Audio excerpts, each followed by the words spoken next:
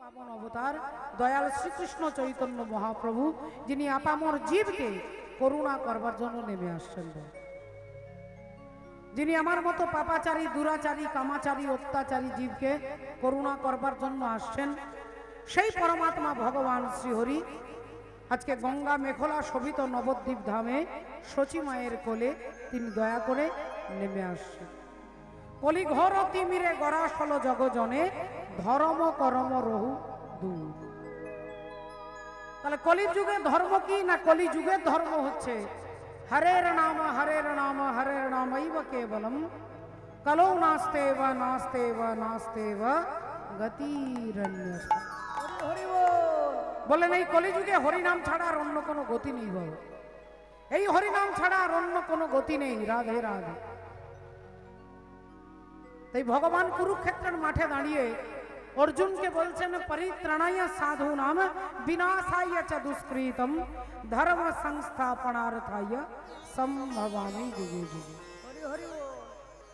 তাহলে দেখুন আজকে লক্ষ্য করে যে ভগবান সাধুদের রক্ষা করতে, দুষ্টের দমন করতে এবং ধর্মকে প্রতিষ্ঠা করতে ভগবান আসেন। রাধে রাধে। সেই ভগবান আজকে গৌর সুন্দর হয়ে কলির জীবের দরজায় দরজায় সেই নাম পৌঁছে দিলেন। বাবা সেই নাম তিনি পৌঁছে দিলেন। রাধে রাধে। এই মহাজন কি বললেন? ওগো পাপীর তরে, পাপীর তরে আসেন ভগবান। ওই পাপীর তরে, পাপীর তরে আসেন ভগবান। ওগো পাপীর তরে, পাপীর তরে আসেন ভগবান।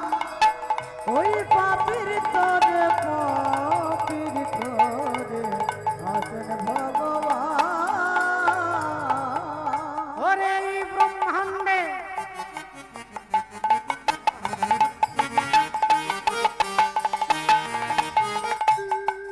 কান্দে কান্দে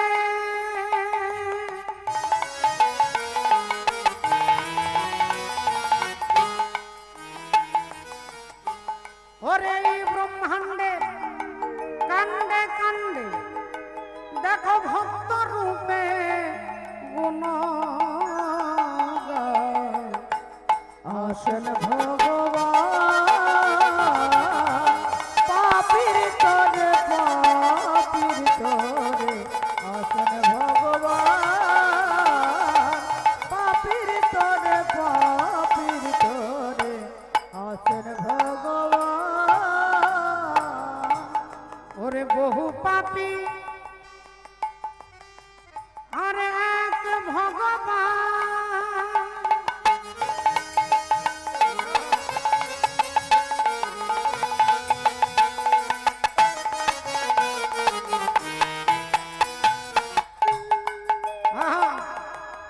আর যুগে যুগে হয় অধিষ্ঠান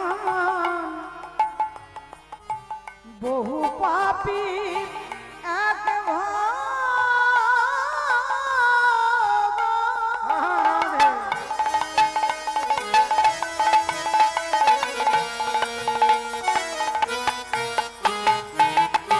আবার যুগে যুগে হয় অধিষ্ঠান। ত্রেতাতে রাম, তারপরে শ্যাম, ত্রেতাতে রাম, তারপরে শ্যাম, ত্রেতাতে রাম, তারপরে শ্যাম। আমার কলিতে গৌরাঙ্গ আসেন ভগবান। পাপীর তরে, পাপীর তরে আসেন ভগবান। পাপীর তরে, পাপীর তরে আসেন ভগবান। আসেন ভগবান, আসেন ভগবান। তমেব মাতা চ পিতা তমেব, তমেব বন্ধুশ্চ সখা তমেব। তিনি আমাদের মা, তিনি আমাদের বাবা, তিনি আমাদের সবকিছু। কিন্তু সম্পর্কটা বড় কথা নয় মা। দুর্যোধনের মেয়ের সঙ্গে ভগবান কৃষ্ণের ছেলের বিয়ে হয়েছিল। দুর্যোধনের মেয়ে আর ভগবান কৃষ্ণের ছেলে, এই দুজন যদি বিবাহ হয় তাহলে কৃষ্ণ আর দুর্যোধনের সম্পর্ক কি, যাকে আপনারা বলবেন বিয়াই মশাই। তাহলে ভগবানের সঙ্গে যার এত বড় সম্পর্ক, সেই দুর্যোধন কুরুক্ষেত্রের মাঠে মরে পড়ে আছে। দুর্যোধন কুরুক্ষেত্রের মাঠে মরে পড়ে আছে। 18 দিনের কুরুক্ষেত্রের যুদ্ধ শেষ হয়ে গেছে। মা গান্ধারী মনে মনে চিন্তা করছে, আমার একটা নয়, দুটো নয়, 10টা নয়, 20টা নয়, আমার 100টা ছেলে যুদ্ধ করতে গেছে, কিন্তু একটাও ছেলে বাড়ি ফিরে আসছে না কেন? একটাও ছেলে বাড়ি ফিরে আসছে না কেন? আমার ছেলেরা তো কেউ দুর্বল নয়, আমার ছেলেরা তো কেউ কাপুরুষ নয়, আমার ছেলেরা তো কেউ ভীরু নয়, তাহলে আমার একটাও ছেলে ফিরে আসছে না কেন? আমি আমার ছেলেদের কাছে যাব, আমি যাব আমার ছেলেদের কাছে, আমি দেখবো আমার দুর্যোধন দুঃশাসন কি করছে। তাই মা গান্ধারী ছুটতে ছুটতে ছুটতে ছুটতে কুরুক্ষেত্রের মাঠে এসে প্রবেশ করেছে। আর কুরুক্ষেত্রের মাঠে প্রবেশ করেই দেখতে পেলেন শুকনো মাটিটা রক্তে ভিজে লাল হয়ে গেছে। লক্ষ লক্ষ মানুষ মরে পড়ে আছে। কারো একটা হাত নেই, কারো দুটো হাত নেই, কারো একটা পা নেই, কারো দুটোই পাও নেই, কারো মুন্ডটা ছিন্ন ভিন্ন হয়ে আছে, কারো নাড়ি ভুড়িগুলো বেরিয়ে গেছে। আর এই ভয়ঙ্কর দৃশ্য দেখে মা গান্ধারী চিৎকার করে উঠলেন, ওরে দুর্যোধন, দুর্যোধন, ওরে দুঃশাসন, আমি তোদের দেখতে পাচ্ছি না কেন? আমি তোদের দেখতে পাচ্ছি না কেন? আমি তোদের দেখতে পাচ্ছি না কেন? একবার আমার কাছে ছুটে আয়, একবার আমার গলাটা জড়িয়ে ধরে আমাকে মা বলে ডাক, ওরে দুর্যোধন, ওরে দুঃশাসন, আমি যে তোদের দেখতে পাচ্ছি না। মা পাগলিনীর মতো গান্ধারী কাঁদছেন, আর কাঁদতে কাঁদতে ছুটছেন, আর ছুটতে ছুটতে হঠাৎ দেখতে পেলেন তার প্রিয় পুত্র দুর্যোধন মরে পড়ে আছে। ছুটে গিয়ে দুর্যোধনের মরা মাথাটাকে কোলে তুলে নিয়েছে। আর দুর্যোধনকে বারবার বলছেন, ওরে এই দেখ, আমি তোর মা এসেছি, আমি তোর মা এসেছি, একবার একবার আমায় মা বলে ডাক,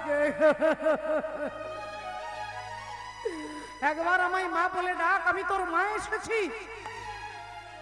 দুর্যোধনের মুন্ডটাকে নিয়ে বারবার কাঁদছে আর চিৎকার করছে, একবার আমার সঙ্গে কথা বল, একবার আমাকে মা বলে ডাক, একবার আমার গলাটা জড়িয়ে ধর। আর হঠাৎ গান্ধারী শুনতে পেলেন যে তার পেছনে দাঁড়িয়ে কে যেন খিলখিল করে হাসছে। গান্ধারী মনে মনে চিন্তা করছে, শতপুত্র বিরহ যন্ত্রণায় আমি কাঁদছি, আর আমার পেছনে দাঁড়িয়ে তুমি হাসছো, তুমি কে? যদি তোমার সাহস থাকে একবার আমার সামনে এসে দাঁড়াও, একবার আমার সামনে এসে দাঁড়াও, আমি তোমাকে দেখতে চাই। তুমি কঠোর না তুমি কোমল, তুমি পাষাণ না তুমি মানব, না তুমি দানব, আমি তোমায় দেখতে চাই, তুমি কে? যদি সাহস থাকে আমার সামনে এসে দাঁড়াও। অমনি পেছন থেকে বলে উঠলেন, মা আমাকে দেখতে গেলে তোমাকে ঘাড় ঘুরিয়ে দেখতে হবে না, আমি তোমার সামনে আছি, আমি তোমার পেছনেও আছি, আমি তোমার ডান দিকে যেমন আছি, আমি তোমার বাঁ দিকেও আছি, আমি তোমার সামনে, পেছনে, ডাইনে, বামে, পূর্ব, পশ্চিম, উত্তর, দক্ষিণ, ঈশান, নৈঋত, অগ্নি, বায়ু, ঊর্ধ্ব, অধঃ, তুমি যেদিকে তাকাবে আমি সেখানেই আছি মা। কিন্তু আমাকে দেখতে গেলে এরকম হ্যালোজিন জ্বেলে দিলে দেখা যাবে না, এরকম হ্যালোজিনের আলোতে আমাকে দেখা যায় না, টিউবলাইটের আলোতে আমাকে দেখা যায় না। আমাকে দেখতে গেলে যে আলোটার প্রয়োজন তার নাম হচ্ছে দিব্য জ্ঞান। আর সেই দিব্য জ্ঞান আমি ভিন্ন জগতে কেউ দিতে পারে না, তুমি আমায় দেখবে মা, এই দেখো আমি কে। আর অমনি গান্ধারী দেখতে পেলেন, দূরে নয় একবারে কাছে, দেখে ভগবান কৃষ্ণ দাঁড়ায়ে আছে, দেখে ভগবান কৃষ্ণ দাঁড়ায়ে আছে, ভগবান কৃষ্ণ দাঁড়ায়ে আছে। ও যে গান্ধারীর চোখের কাছে ভগবান কৃষ্ণ দাঁড়ায়ে আছে, চোখের কাছে ভগবান কৃষ্ণ দাঁড়ায়ে আছে। ও দেখে গান্ধারীর চোখের কাছে ভগবান কৃষ্ণ দাঁড়ায়ে আছে। গান্ধারী চোখের কাছে ভগবান কৃষ্ণ দাঁড়ায়ে আছে। গান্ধারীর চোখের কাছে ভগবান কৃষ্ণ দাঁড়ায়ে আছে। গান্ধারীর চোখের কাছে ভগবান কৃষ্ণ দাঁড়ায়ে আছে। গান্ধারীর চোখের কাছে দেখে ভগবান কৃষ্ণ। দাঁড়ায়ে আছে। আর যেই ভগবানকে দেখেছে অমনি গান্ধারী আঙুলটা তুলে বলে উঠলো, তুমি সেই কৃষ্ণ, তুমি সেই কৃষ্ণ যে আমাকে মা বলে কাউকে ডাকবার মতো রাখলে না। তুমি সেই কৃষ্ণ যে আমার বংশটাকে ধ্বংস করে দিয়েছো। তুমি সেই কৃষ্ণ যে আমার কোল শূন্য করে দিয়েছো। আজ আমাকে মা বলে ডাকবার মতো কেউ নেই। আজ আমাকে মা বলে ডাকবার মতো কেউ নেই। আজ আমার বংশটাকে তুমি ধ্বংস করে দিয়েছো। তাই শোনো কৃষ্ণ, এই কুরুক্ষেত্রের মাঠে দাঁড়িয়ে আমি সন্তানহারা জননী গান্ধারী, আমি দিলাম তোমায় অভিশাপ। তুমি যেমন আমার বংশে বাতি দিতে কাউকে রাখলে না, একদিন আমার মতো তোমারও বংশ ধ্বংস হয়ে যাবে। একদিন আমার মতো তোমারও বংশ ধ্বংস হয়ে যাবে। রাধে রাধে। যেই এ কথা বলেছে অমনি ভগবান বললেন, মাগো তোমার দেওয়া অভিশাপ আমি মাথায় তুলে নিলাম। হরি হরি বল, হরি বল। তোমার দেওয়া অভিশাপ আমি মাথায় তুলে নিলাম।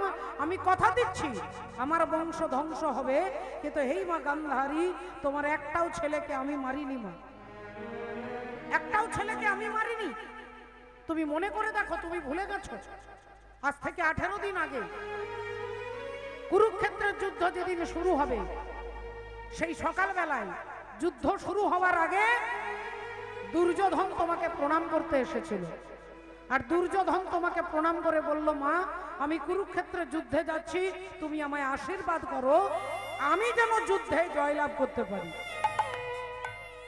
সেদিন তুমি গান্ধারী ছেলের মাথা থেকে হাতটা সরিয়ে নিয়ে বললে, বাবা দুর্যোধন, যে যুদ্ধে তুই যাচ্ছিস এ যুদ্ধ কারগিলের যুদ্ধ নয়, এ যুদ্ধ পানিপথের যুদ্ধ নয়, এ যুদ্ধের নাম হচ্ছে ধর্মযুদ্ধ। আর এই ধর্মযুদ্ধে তুই হারবি না তুই জিতবি আমি বলতে পারবো না বাবা। তুই হারবি না তুই জিতবি আমি বলতে পারবো না, তবে হ্যাঁ আমি তোর মা, তুই আমার ছেলে। এই তোর মাথায় হাত রেখে বলছি, ধর্মপক্ষের হবে জয়, যে পক্ষে শ্রীকৃষ্ণ রয়। হরি হরি বল, হরি বল। ধর্মপক্ষের হবে জয়, যে পক্ষে শ্রীকৃষ্ণ রয়। এটা 18 দিন আগে তুমি বলে এলে, আর আজকে কুরুক্ষেত্রের মাঠে দাঁড়িয়ে আমাকে অভিশাপ দিচ্ছ, আমাকে অভিশাপ দিচ্ছ। ভক্তমণ্ডলী, ভক্তিবতী মায়েরা, তাহলে কলিযুগের ধর্মটা কি না? কলিযুগের ধর্মই হচ্ছে নাম সংকীর্তন। রাধে রাধে।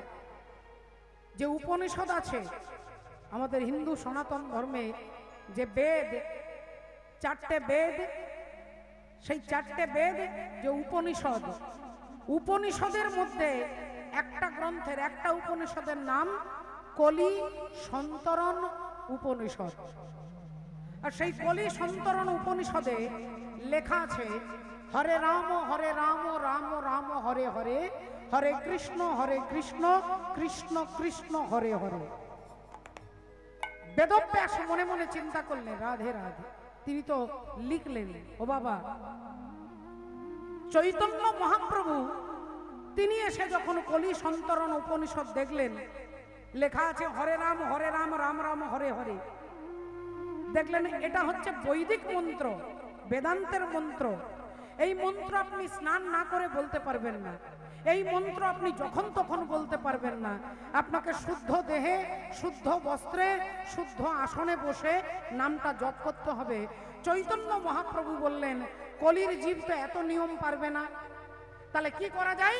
মহাপ্রভু নামটাকে উল্টে দিলেন, হরে কৃষ্ণ কৃষ্ণ কৃষ্ণ হরে হরে, হরে রাম রাম রাম হরে হরে।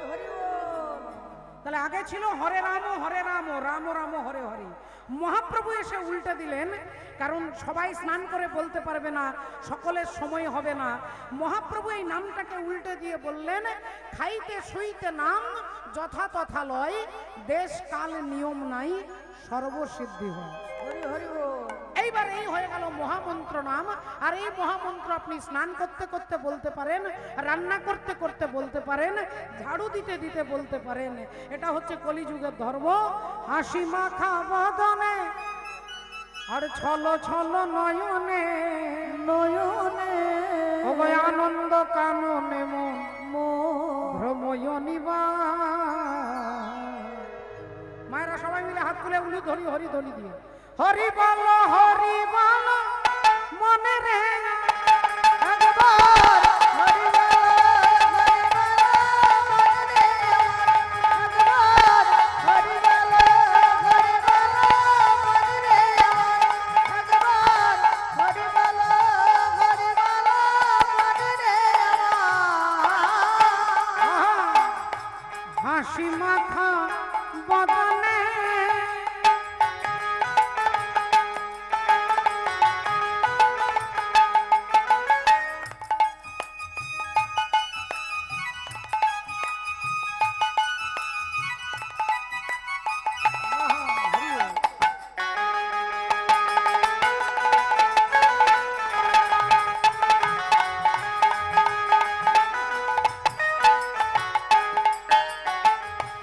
ওরে গতি নাই এই হরি নাম ছাড়া কণ্ঠ ভরিয়া গাও হয়ে আত্মহারা।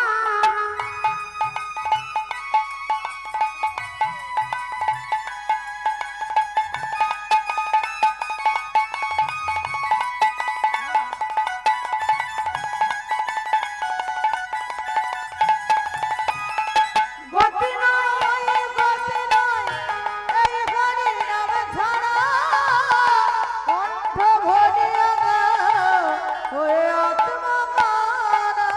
বলি ওই দেখো শ্মশানে কিবা রাত্রি দিনে ওই দেখো শ্মশানে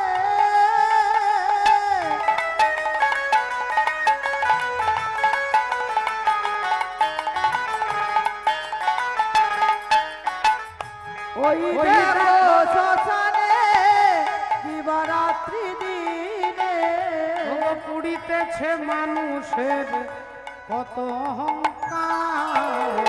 হরি বল হরি বল মনে রে একবার হরি বল মনে রে একবার হরি বল মনে রে একবার হরি বল মনে রে রাধে। হরি বল মনে রে তাই হরিবলা ঠাকুর হরিবল বলাতে এলেন। পদকর্তা বলছেন, বেদ বিদ্যা দুহু কিছু নাহি জানত, বেদ বিদ্যা দুহু কিছু নাহি জানত। অবশ্যে যদি গৌরাঙ্গ করে সাং, সে যদি গৌরাঙ্গ করে আর নয়ন আনন্দেতে ভরে সেই তো সকলই জানে। নয়নানন্দেতে ভরে সেই তো সকলে জানে। নয়নানন্দেতে ভরে সেই তো সকলে জানে। সর্বসিদ্ধি কর তলে তান, আর সর্বসিদ্ধি কর তলে তার। আর সর্বসিদ্ধি কর তলে তার। হরি বলা অবতারে আহা হরি হরি বলা হলো না। জয় জয় জগত গুরু, তুমি বাঞ্ছ কল্পতরু, সিদ্ধ কর তপ্ত মরু করুণা তোমার। করুণা তোমার। তুমি মাতা তুমি পিতা তুমি জগতের ত্রাতা, কেহ নাই তোমা ভিন্ন ইয়া। তোমা ভিন্ন জানি তাই সকলে শ্রীচরণে আমার কোটি কোটি দণ্ডবোধ প্রণাম জানিয়ে শ্রদ্ধেয় ভক্তমণ্ডলী ভক্তিমতী মায়েরা, আজকে কমিটির দাদা ভাইরা, কাকারা, দাদা বাবারা যারা রয়েছেন, তাদের ইচ্ছে হয়েছে তারা যে লীলা আস্বাদন করবেন, সেই লীলার মধ্যে আমরা তত্ত্ব দেখব, আমরা তথ্য দেখব, আমরা সামাজিক শিক্ষা দেখব। আমরা তার আগে এটি ভজনের মধ্য দিয়ে ভজন রাজ্যে প্রবেশ করব। কমিটির দাদা ভাইরা আপনাদের কাছে এই হরিবাসরের জন্য ভিক্ষার আচরণ নিয়ে যাবে। আমি আমার তরফ থেকে 1001 টাকা ভগবত সেবায় রইল। আপনারা যতটুকু পারবেন আশীর্বাদ করবেন। এই যেন বিশাল তাদের হৃদয়, যদিও এই জায়গাটা খুব সংকীর্ণ হতে পারে, কিন্তু তাদের হৃদয় বিশাল। এই মহতী হরিবাসর আপনাদের সাধুগুরু ভক্তের আশীর্বাদে অনুষ্ঠিত হচ্ছে এবং অদূর ভবিষ্যতে অনুষ্ঠিত হবে। তাই কমিটির দাদা ভাইয়েরা আপনাদের কাছে ভিক্ষার আঁচল নিয়ে যাবে। আপনারা একটু সাহায্য এবং আশীর্বাদ করবেন। একবার সবাই মিলে বলবো, নিতাই গৌর প্রেমানন্দে। হরি হরি বল, হরি বল, হরি হরি বল। रंग दे चुनरिया, रंग दे चुनरिया, रंग दे चुनरिया, ओ रंग दे रंग दे रंग दे रंग दे रंग दे रंग दे रंग दे रंग दे, ओ रंग दे चुनरिया।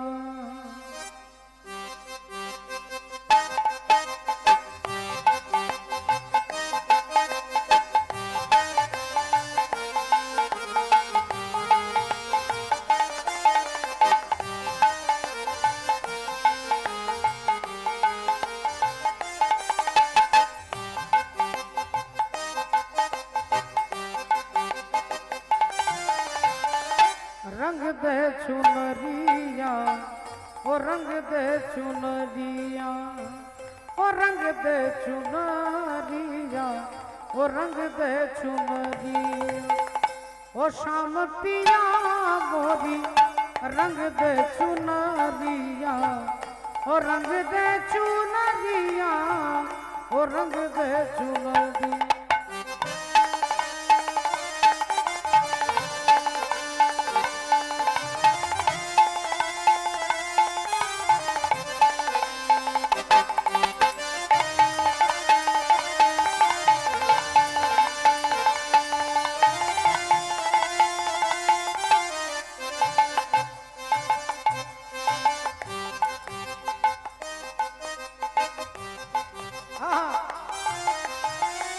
बिना रंगाए मैं तो घर नहीं जाऊंगी,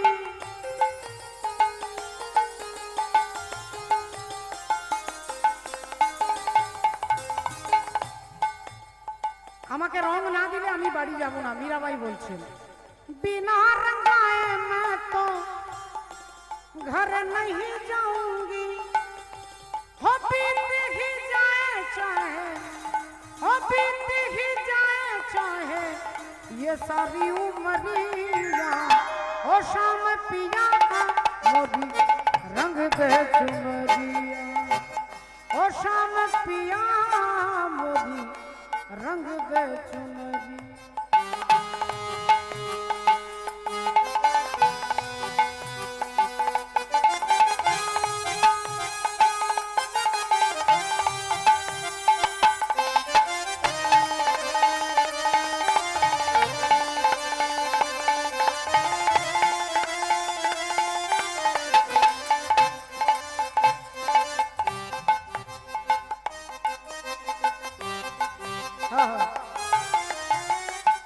ऐसी रंग दे के रंग नहीं नहीं नहीं छूटे, এমন রং দেবে সাবান দিয়ে ঘষলে যেন না উঠে যায়। ऐसी रंग दे के रंग नहीं छूटे, पादा दाने दादा बा, पादा मा पा गा मा गा, पादा मा पा गा मा रे, गा मा रे गा सा नी सा, सा रे गा मा पा पा, धा पा मा गा पा पा, रे गा मा पा धा धा, धा पा मा गा पा पा, नी सा सा नी सा सा नी सा नी सा सा नी सा सा নিসা সা নিসা সা নিসা নিসা সা নিসা সা নিসা গা গা রে নিসা গা গা রে নিসা গা গা রে রে মামা গা মা পা গা নি গা পা মা পা গা মা রে গা সা রে নিসা গা নিসা গা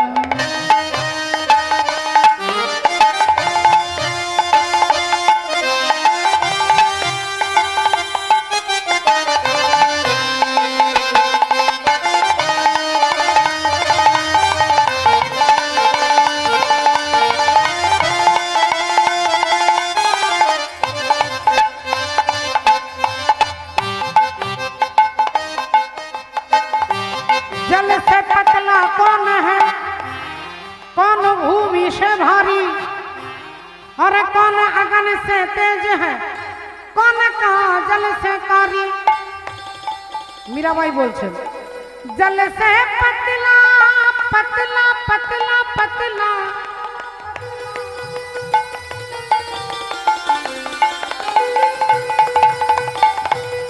जल से पतला ज्ञान है और पाप भूमि से भारी क्रोध अगन से तेज है क्रोध अगन से तेज है और कलंक का जल से काबी रंग दे चुनरिया और रंग दे चुनरिया और रंग दे चुनरिया और रंग दे चुनरिया और रंग दे चुनरिया और रंग दे चुनरिया रंग दे चुनरिया ओ रंग दे चुनरिया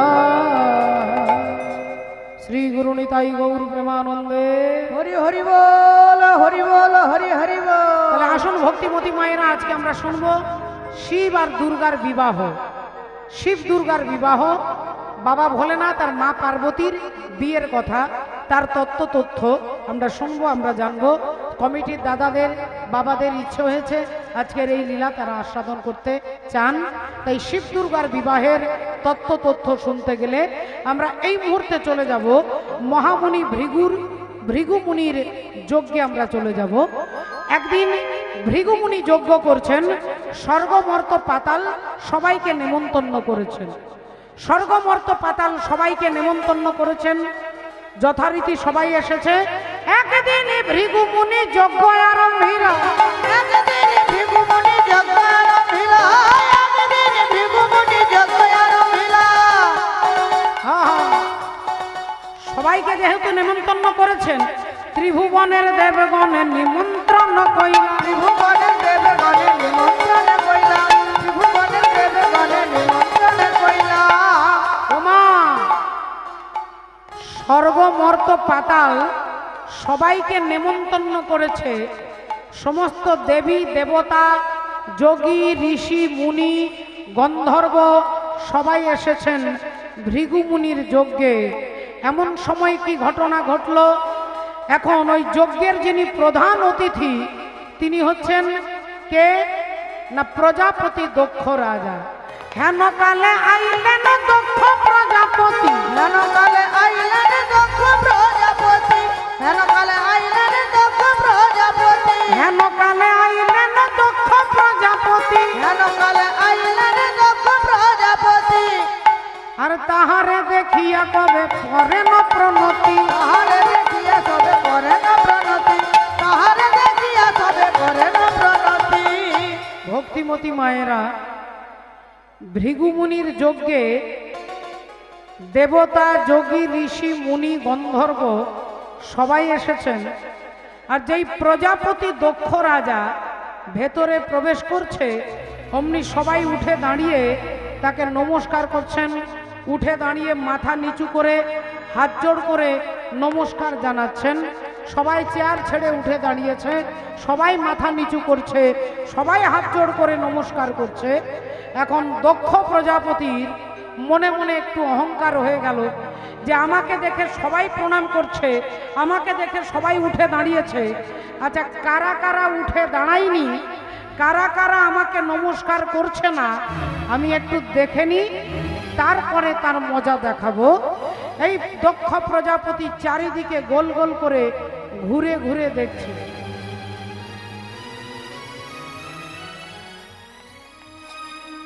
দেখলেন আমাকে দেখে সবাই নমস্কার করছে, কিন্তু ডান দিকের কোণে 3টে চেয়ারে 3জন বসে আছেন, তারা না উঠে দাঁড়াচ্ছে, না মাথা নিচু করছে, না হাত জোড় করে নমস্কার করছে।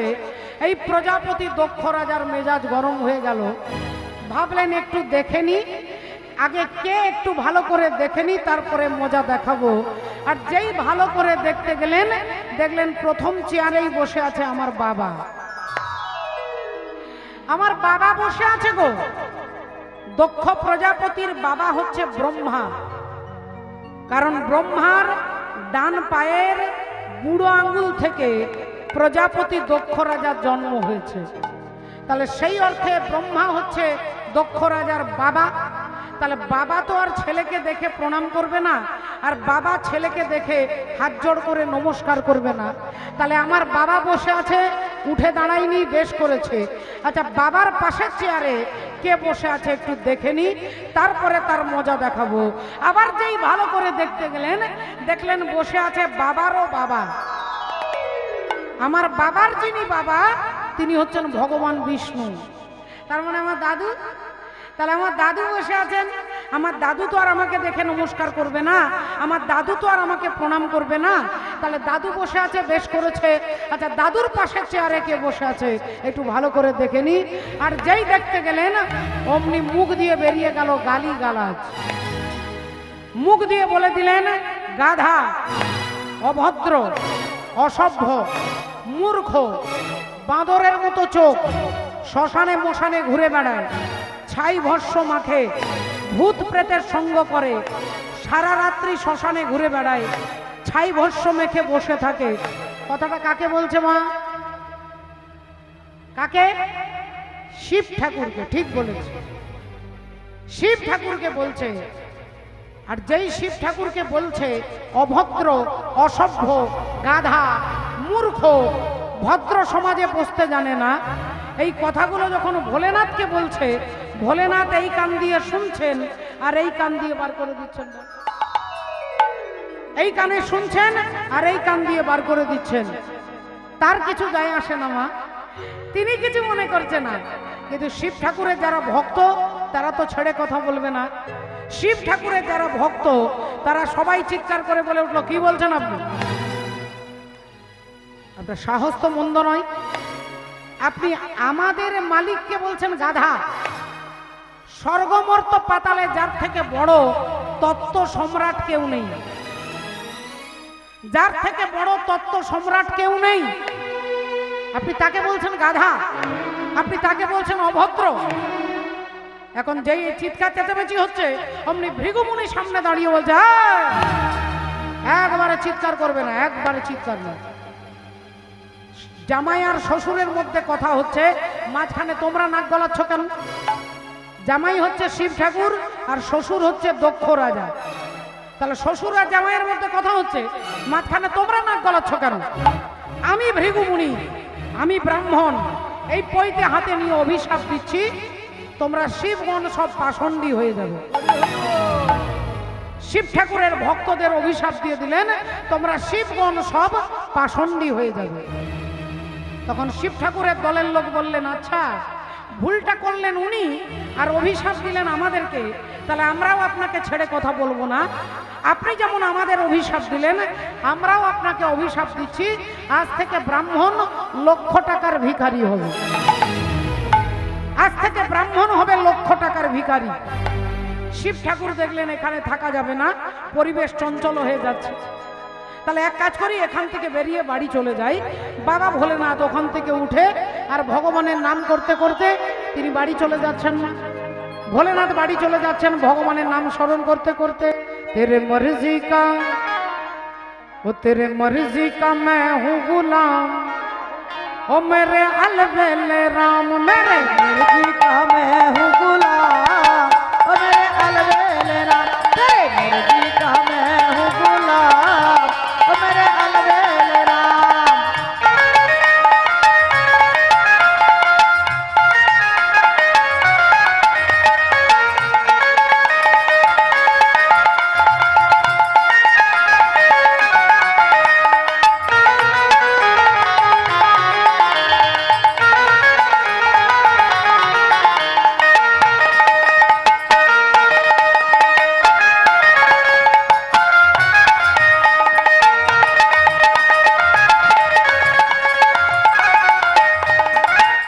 अलबेल राम मेरे अलबेल राम, अलबेल राम मेरे अलबेल राम, अलबेल राम मेरे अलबेल राम, अलबेल राम मेरे अलबेल राम।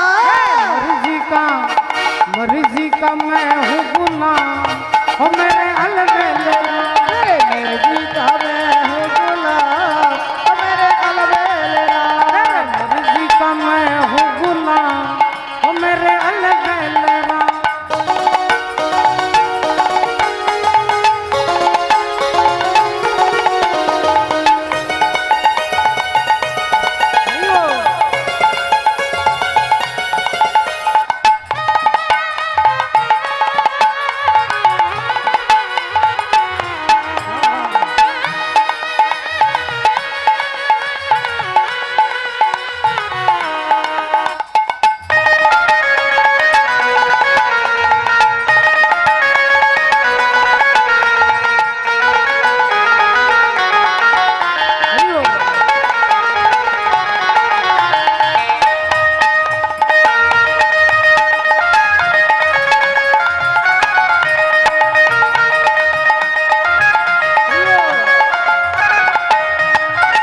कागा से तो है हंस बनाए, कागा से तो है हंस बनाए, कागा से तो है हंस बनाए, कागा से तो है हंस बनाए।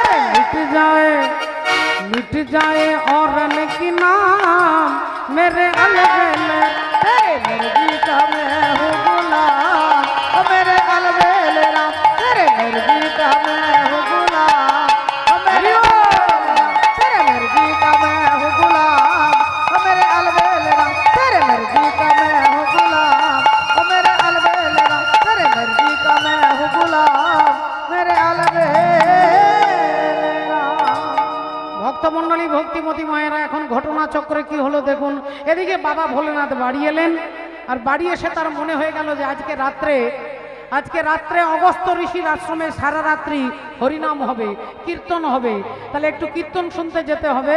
আর যেই ভোলেনাথ কৈলাস থেকে মহারাষ্ট্রে কীর্তন শুনতে যাবেন, যেই ভোলেনাথ ঘরের বাইরে বেরিয়েছে, অমনি মা সতী, শিব ঠাকুরের স্ত্রী সহধর্মিনী মা সতী সামনে দাঁড়িয়ে বলছে, বলি আমিও তোমার সঙ্গে যাব, আমিও তোমার সঙ্গে যাব, আমিও তোমার সঙ্গে যাব, আমিও তোমার সঙ্গে যাব, আমি তোমার সাথে হরিনাম শুনিব, আমিও তোমার সঙ্গে যাব, তোমার সাথে হরিনাম শুনিব, আমিও তোমার সঙ্গে যাব। ও স্বামী, আমি আপনার সঙ্গে যাব। শিব ঠাকুর বললেন, আমি কোথায় যাচ্ছি তুমি কি জানো?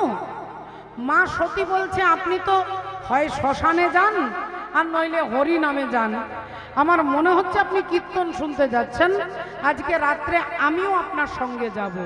বেশ, সারা রাত্রি জেগে কীর্তন শুনতে পারবে তো? মা সতী বললেন, হ্যাঁ পারবো। বেশ, তাহলে চলো।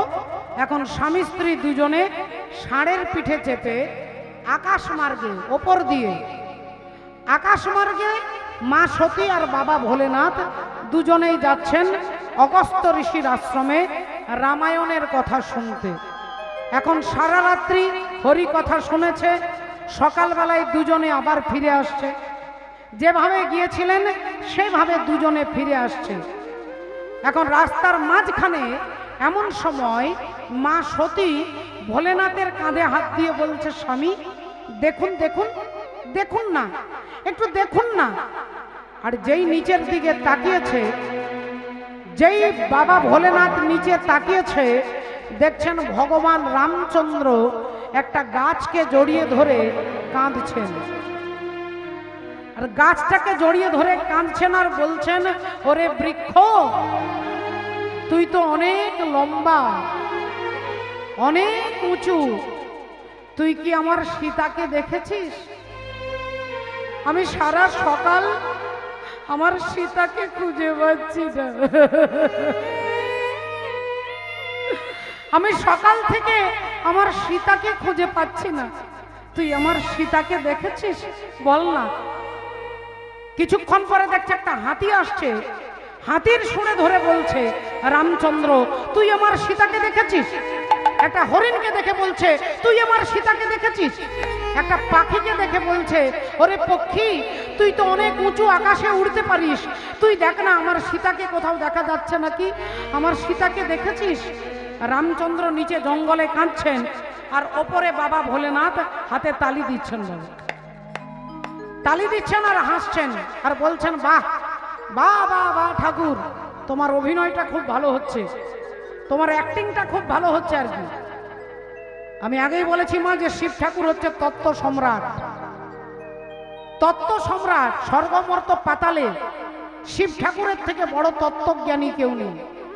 তাই বাবা ভোলেনাথ জানে যে রাম সীতার জন্য কাঁদছে, যে আমার সীতাকে দেখেছিস, আমার সীতাকে দেখেছিস, সেই রামের অনুমতিতে রাবণ রাজা সীতা দেবীকে হরণ করে নিয়ে গেছে।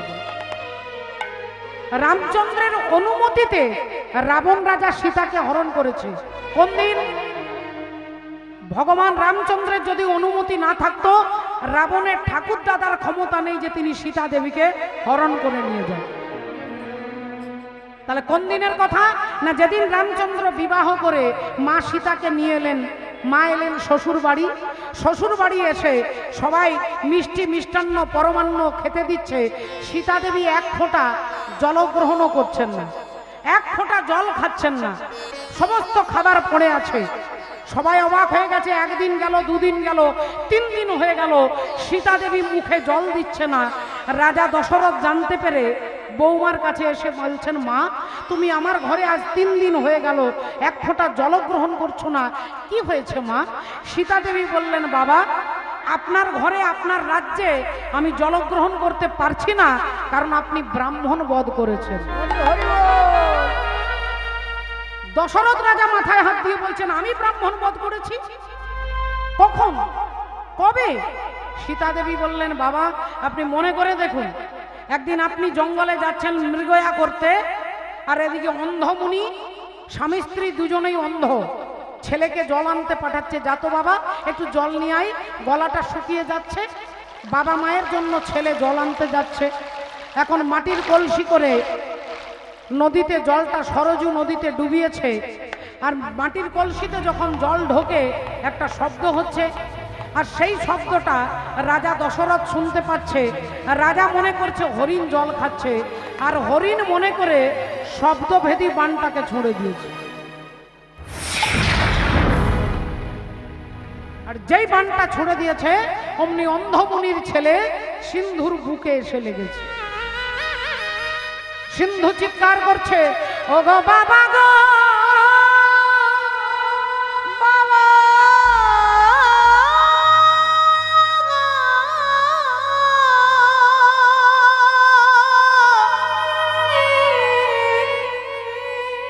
তুমি আমায় ক্ষমা করো,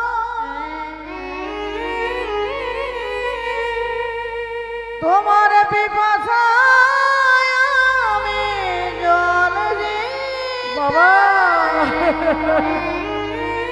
পারলাম না, তুমি আমায় ক্ষমা করো বাবা, আমি তোমাকে জল দিতে পারলাম না, তুমি আমায় ক্ষমা করো, আমায় ক্ষমা করো বাবা। রাজা দশরথ ছুটতে ছুটতে এলেন, আর ছুটতে ছুটতে এসে দেখছে এক ব্রাহ্মণ সন্তান রক্তাক্ত কলেবরে পড়ে আছে, বুকে তীরবিদ্ধ অবস্থায়। দশরথ রাজা অমনি জড়িয়ে ধরে হাত জোড় করে বলছে, আমাকে ক্ষমা করুন, আমি আপনাকে হরিণ মনে করেছি। অমনি অন্ধমুনির পুত্র সিন্ধু বলে উঠল যে, হে রাজা দশরথ, এতে আপনার কোনো দোষ নেই, সব আমার কপালের লেখা, আপনার কোনো দোষ নেই। কিন্তু আমার একটাই দুঃখ, আমার বাবা মা অন্ধ, তারা জল পান করবে বলে অপেক্ষায় বসে আছে। আপনি কি পারবেন একটু জল দিয়ে আসতে? রাজা দশরথ ওই মাটির কলসি করে জল এনে অন্ধমুনির কাছে এসে দাঁড়ালেন। অন্ধমুনি বললেন, কে আপনি? রাজা দশরথ বললেন, আমি অযোধ্যা নৃপতি রাজা দশরথ। অন্ধমুনি বললেন, কেন এসেছেন? রাজা দশরথ বলছে, আমি আপনাকে জল দিতে এসেছি। না না না, আপনাকে জল দিতে হবে না, আপনাকে জল দিতে হবে না, আমার ছেলে জল আনতে গেছে।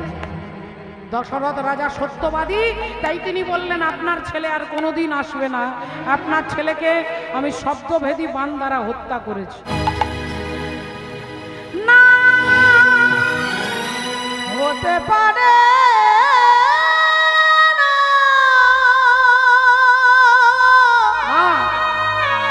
এ হতে পারে না, এ হতে পারে না,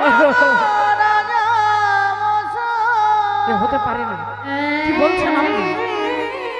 আমার আমার পুত্র সিন্ধু, আমার পুত্র সিন্ধু মারা গেছে। ছটফট করে কাঁদতে কাঁদতে অন্ধমুনি বলছে, রাজা দশরথ, যে পুত্র শোক তুমি আমাকে দিলে, আমি মরবার আগে তোমাকে অভিশাপ দিয়ে যাচ্ছি, একদিন আমার মতো পুত্র শোকে তোমাকেও মরতে হবে, একদিন আমার মতো পুত্র শোকে তুমিও মরবে। আজকে এই কথা সীতা দেবী মনে করিয়ে দিচ্ছেন রাজা দশরথকে। বলে, সেই দিনের কথা মনে হইল, সেই দিনের কথা মনে হইল, সেই দিনের কথা মনে হইল, সেই দিনের কথা মনে হইল। ও যে রাজা দশরথ কাঁদিতে লাগিল, দিনের কথা মনে হইল, রাজা দশরথ কাঁদিতে লাগিল, দিনের কথা মনে হইল। তাই আজকে সীতা দেবী বলছে, বাবা, সেই অপরাধ আপনি করেছেন, তাই আপনার বাড়িতে আপনার রাজ্যে আমি জল খেতে পারছি না। তখন রাজা দশরথ বললেন, মাগো, তুমি আমার শুধু বৌমা নও, তুমি আমার মা। বলো না মা, কি করলে অপরাধ থেকে মুক্ত হব? বললেন সীতা দেবী, তাহলে শুনুন বাবা, আপনার বাড়িতে এমন একজন ব্রাহ্মণকে এনে সেবা দিতে হবে, যিনি আজ পর্যন্ত কারোর বাড়িতে জলগ্রহণ করেননি, যিনি আজ পর্যন্ত কারোর কাছ থেকে 1 টাকাও দক্ষিণা নেননি। সেরকম ব্রাহ্মণকে এনে যদি আপনার বাড়িতে সেবা দিতে পারেন, তাহলে আপনি অপরাধ মুক্ত হয়ে যাবেন। রাজা দশরথ বললেন, এরকম ব্রাহ্মণ তো কেউ নেই। বললেন, একজন আছে। তিনি কে? না, তিনি হলেন লঙ্কার রাজা রাবণ। লঙ্কার রাজা রাবণ, ওই রাবণকে এনে আপনার বাড়িতে সেবা দিন, আপনি অপরাধ মুক্ত হবেন। তাই রাজা দশরথ চিঠি লিখলেন রাবণকে, আর রাবণ চিঠি পেয়ে ছুটে এলেন। দশরথ রাজা তার চরণ ধুইয়ে দিলেন, তার বাড়িতে সেবা করলেন রাবণ। এবার দক্ষিণা দিতে হবে মা। আচ্ছা মায়েরা, আপনারা দেখুন, হরি বলে রাধে রাধে, একটু লক্ষ্য করে দেখুন, কীর্তনিয়া কীর্তন করার পরে অনেক মায়েরা কীর্তনিয়াকে ভিক্ষা দেন। এটাকে কি বলে? এটাকে দক্ষিণা বলে। এটা কিন্তু দান নয়, এটা দান নয়। আর কমিটির দাদারা, ভাইয়েরা, মায়েরা যারা আপনাদের কাছে গেলেন, আপনারা তাদেরকে শ্রদ্ধা করে ভালোবেসে যে টাকাটা তুলে দিলেন হরি নামে, এটা হচ্ছে কি না, এটা দান। এটাকে বলে দান। কিন্তু আমাকে যখন দিচ্ছেন তখন দান নয়, তখন দক্ষিণা। কেন না, আমি যে এখানে গান গাইছি, আমি যে পরিশ্রম করছি, আমি যে কষ্ট করে বলছি, এর মূল্য হিসেবে আপনি আমাকে 1 টাকা দক্ষিণা দিচ্ছেন। কিন্তু যেখানে যেখানে রাধে রাধে কোনো পরিশ্রমের মূল্য নয়, যেখানে এমনি এমনি দেওয়া হয়, তাকে দান বলে। তাই রাজা দশরথ রাবণকে সেবা করিয়ে বলছে, আপনাকে কি দক্ষিণা দেব? রাবণ বললেন, আমাকে কিছু দিতে হবে না, শুধু একবার সীতা মাকে আমি দেখতে চাই। দশরথ রাজা রাবণকে এনে দাঁড় করিয়ে দিলেন সীতা মায়ের ঘরের কাছে, আর রাবণ ভেতরে গিয়ে দরজা জানলা বন্ধ করে দিলেন। দরজা জানালা বন্ধ করে হাত জোড় করে সীতা দেবীকে বলছেন, মা, তুমি আমার মা, তুমি জগৎ জননী, তুমি মাতা, তোমার পায়ে ধরে অনুরোধ করে বলছি মা, আমি তোমার কাছে শুধু এসেছি, আমি তোমার স্বামী রামের হাতে মরতে চাই, আমি তোমার স্বামী রামের কৃপা পেতে চাই, আর কিছু চাই না মা। হরি বল, হরি বল। শুধু রামের কৃপা পেতে চাই। সীতা দেবী বললেন, তাহলে বাবা আমি তো রামের চরণের দাসী, আমি রামকে ডেকে দিচ্ছি, দাঁড়ান, আমার স্বামীকে ডেকে দিচ্ছি। এইবার সীতা দেবী রামচন্দ্রকে ডেকে দিলেন। রামচন্দ্র রাবণকে প্রণাম করলেন, রাবণ রামচন্দ্রকে প্রণাম করলেন। এবার রামচন্দ্র বললেন, বলুন হে বেদজ্ঞ ব্রাহ্মণ, আপনি কি চান? রাবণ বললেন, আমি কিছু চাই না, আমি তোমার হাতে মরতে চাই। আমি কিছু চাই না, শুধু তোমার হাতে মরতে চাই। রাধে রাধে। যেই এ কথা বলেছে অমনি রামচন্দ্র বললেন, তাহলে আমার কৃপা পেতে গেলে আগে আমার সীতার কৃপা পেতে হবে। আগে আমার কৃপা পেতে গেলে আগে সীতার কৃপা পেতে হবে।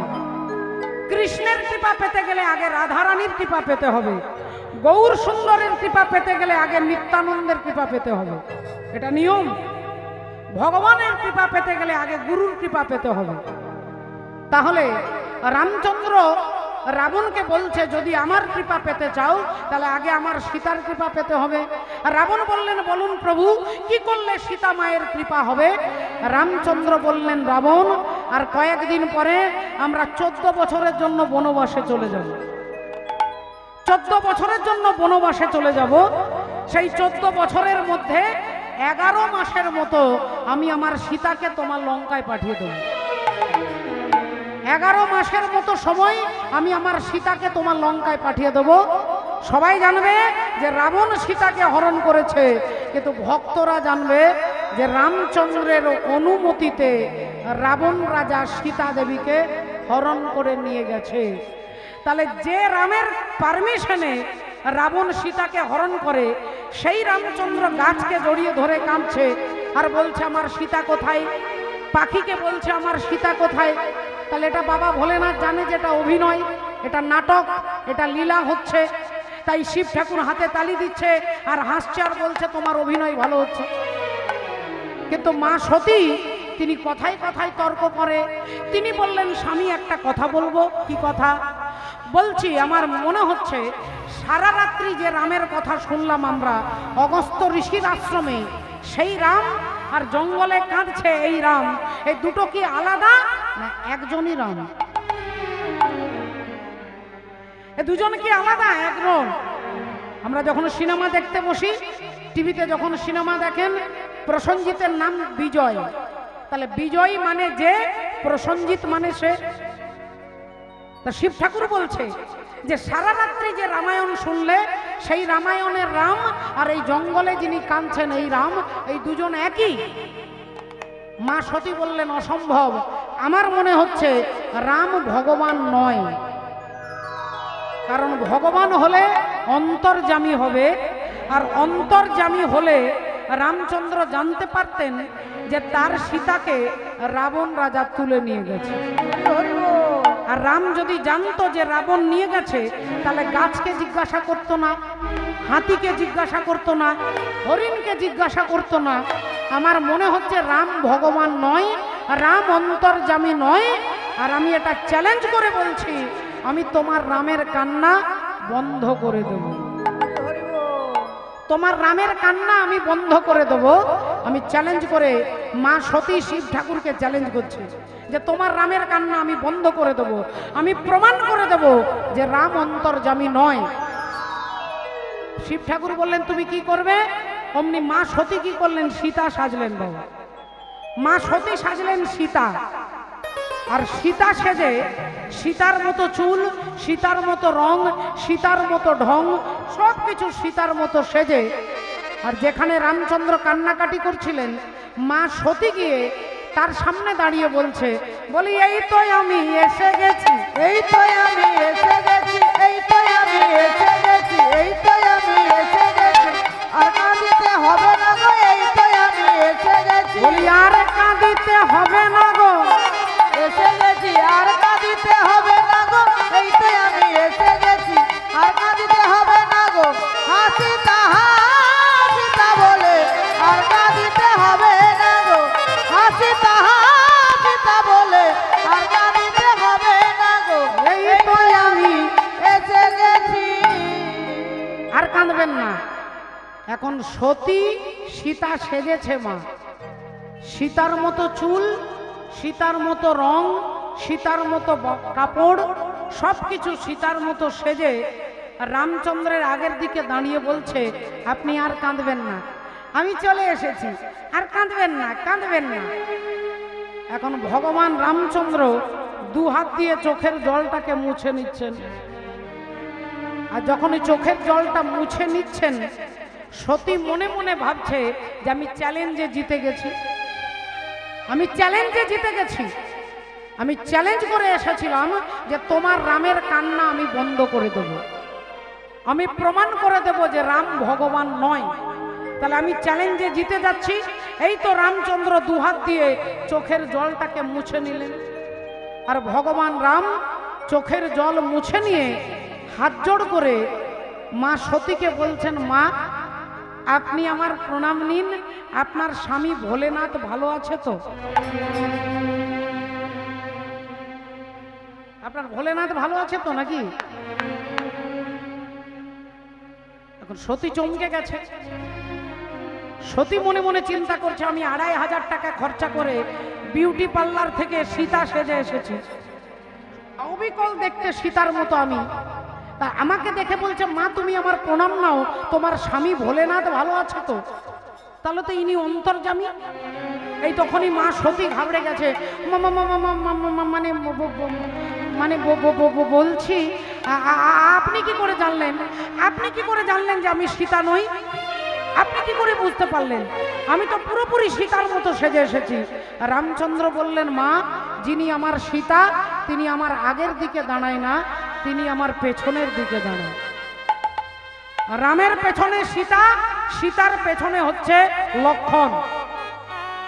আগে রাম, তার পেছনে সীতা, আর তার পেছনে লক্ষণ। তাহলে লক্ষণ হচ্ছে গুরু, তাহলে আগে গুরু, সীতা হচ্ছে ভক্তি, গুরুর দেবের পরে হচ্ছে ভক্তি, আর ভক্তির পরে হচ্ছে কেন ভগবান। তাহলে তুমি কেমন সীতা যে তুমি রামের আগের দিকে দাঁড়িয়ে আছো? এই যে কথা বলেছে অমনি সীতা, সতী কি করেছে, তাড়াহুড়ো করে ছুটে বাড়ি আসছে। আর ভোলেনাথ এদিকে কৈলাস পর্বতে চোখ বন্ধ করে বসেছিলেন। যেই সতী এসেছে অমনি বাবা ভোলেনাথ বললেন, সব ঠিক আছে তো? কি সব ঠিক আছে তো? মা সতী বললেন, হ্যাঁ সবই ঠিক আছে, সব ঠিক আছে। বলে ওখানে কি হলো? বলে কি আর হবে, আপনি যাকে দিনরাত্রি প্রণাম করেন তিনি আমাকে প্রণাম করলো। আপনি যাকে প্রণাম করেন তিনি আমাকে প্রণাম করলো। বলে তারপরে কি হলো? না তারপরে আমি এখানে চলে এলাম। এই বলে নিয়ে মা সতী যেই শিব ঠাকুরের বাম দিকে বসতে যাবে, স্বামীর বাম দিকে স্ত্রী বসতে যাবে, অমনি ভোলেনাথ বাম দিকের আসনটাকে চেঞ্জ করে ডান দিকে করে দিলেন। ওগো ঝিয়ের পেটে মায়ের জন্ম, ওগো ঝিয়ের পেটে মায়ের জন্ম, বলি তোমরা ভেবে করবে কি, ওই চাঁদের গায়ে চাঁদ লেগে, তোমরা ভেবে করবে কি, চাঁদের গায়ে চাঁদ লেগেছে, তোমরা ভেবে করবে কি, চাঁদের গায়ে চাঁদ লেগেছে। ওগো ঝিয়ার পেটে মায়ের জন্ম, ওগো ঝিয়ের পেটে মায়ের জন্ম, ঝিয়ের পেটে মায়ের জন্ম, তোমরা ভেবে করবে কি, চাঁদের গায়ে চাঁদ লেগেছে, তোমরা ভেবে করবে কি, চাঁদের গায়ে চাঁদ লেগেছে। ও যে 6 মাসের এক কন্যা ছিল,